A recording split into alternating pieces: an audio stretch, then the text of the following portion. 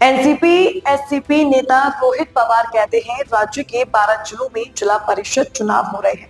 सुबह 7:30 बजे से वोटिंग चल रही है।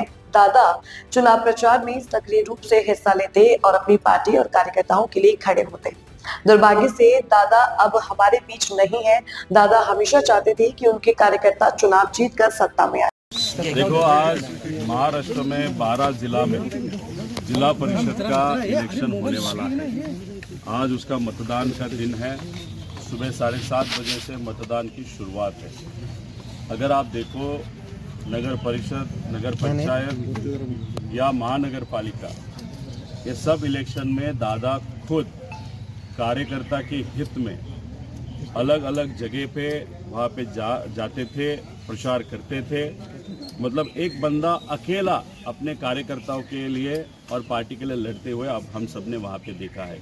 उनके पास बहुत सारे नेता है, लेकिन जब भी हम वो प्रचार को देखते थे तो दादा अकेला लड़ते थे। आज भी अगर आप देखो, दादा होते तो आज भी दादा हर एक ज़िला में जाके अपने कार्यकर्ता को चुन के लाने के लिए वहाँ पे प्रयास करते हैं।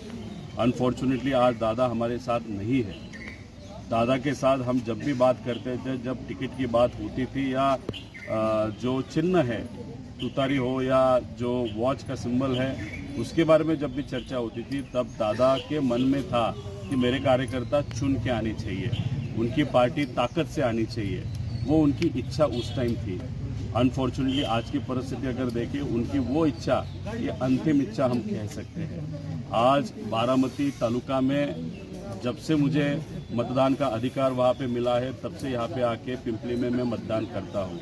और आज अगर आप देखो तो मेरा मतदान वहाँ पे हुआ है और मैं आशा करता हूँ कि दादा की जो इच्छा थी कार्यकर्ताओं के लिए, जिला परिषद के लिए, वो डेफिनेटली जो मतदार है, जो कार्यकर्ता है, नागरिक है, सबके कारण वो उनकी अंतिम इच्छा ये पूरी होगी। कल शरद पवार जी, आप और पार्थ तीनों में बातचीत हुई, वो वीडियो वायरल हो रहा, क्या राजनीति पे बातचीत हुई? देखो, 10 दिन दादा को जाके हुए हैं। 10 दिन में और आगे के 3 दिन में कोई भी राजकीय चर्चा हमारे फैमिली में हुई नहीं और नहीं होगी। वहाँ पे जब हम बात कर रहे थे, वो तो भावनिक मुद्दा था और दादा के आगे जो स्मरणार्थ या जो शोक सभा होती है या जो अलग अलग जो कार्यक्रम करने पड़ते हैं, जो कार्यकर्ता की इच्छा होती है, लोगों की इच्छा होती है, उसके बारे में वहाँ पे वो हमारी चर्चा हो रही थी।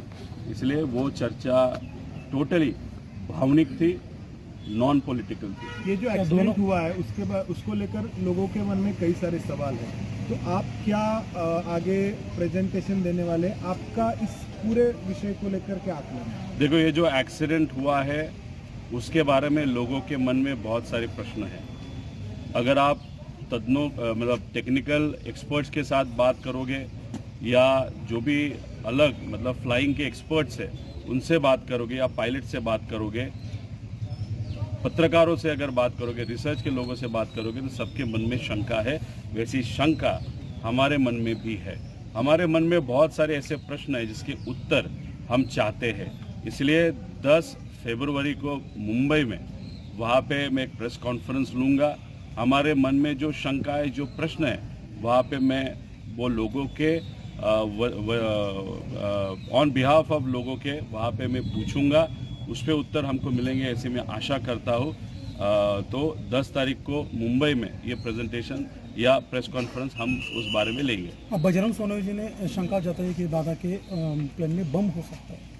देखो, अभी क्या हो सकता है, कैसे हो सकता है, डायरेक्टली बम का विषय तो मुझे वहाँ पे कहाँ पे दिखा नहीं, लेकिन अलग तरीके के कुछ विषय जिस पे हम पे शंका है, क्योंकि बम सिर्फ बम नहीं हो सकता, कुछ अलग तरीके का एक विषय होता है जो बम की तरह एक्ट हो सकता है, लेकिन वो किसी राजकीय नेता ने या किसी ने बिठाया नहीं बिठाया, क्या है वो हम नहीं बोल सकते। लेकिन हमारे मन में ऐसे बहुत सारी शंकाएं जो उस दिन 10 तारीख को हम पूछेंगे। आखिरी सवाल कि दोनों राष्ट्रवादी एक साथ चले गए?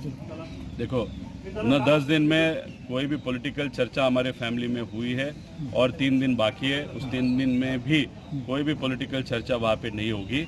और जो दादा के मन में था 2 परिवार साथ में आने का, वो भावनिक विषय था या राजकीय विषय था, किस तरीके से चर्चा हुई थी, किसके साथ चर्चा हुई थी, क्या एग्जैक्टली हुआ था, ये सब चीज़ें 12 तारीख को मुंबई में एक प्रेस कॉन्फ्रेंस के माध्यम से मैं खुद वहाँ पे बताऊंगा।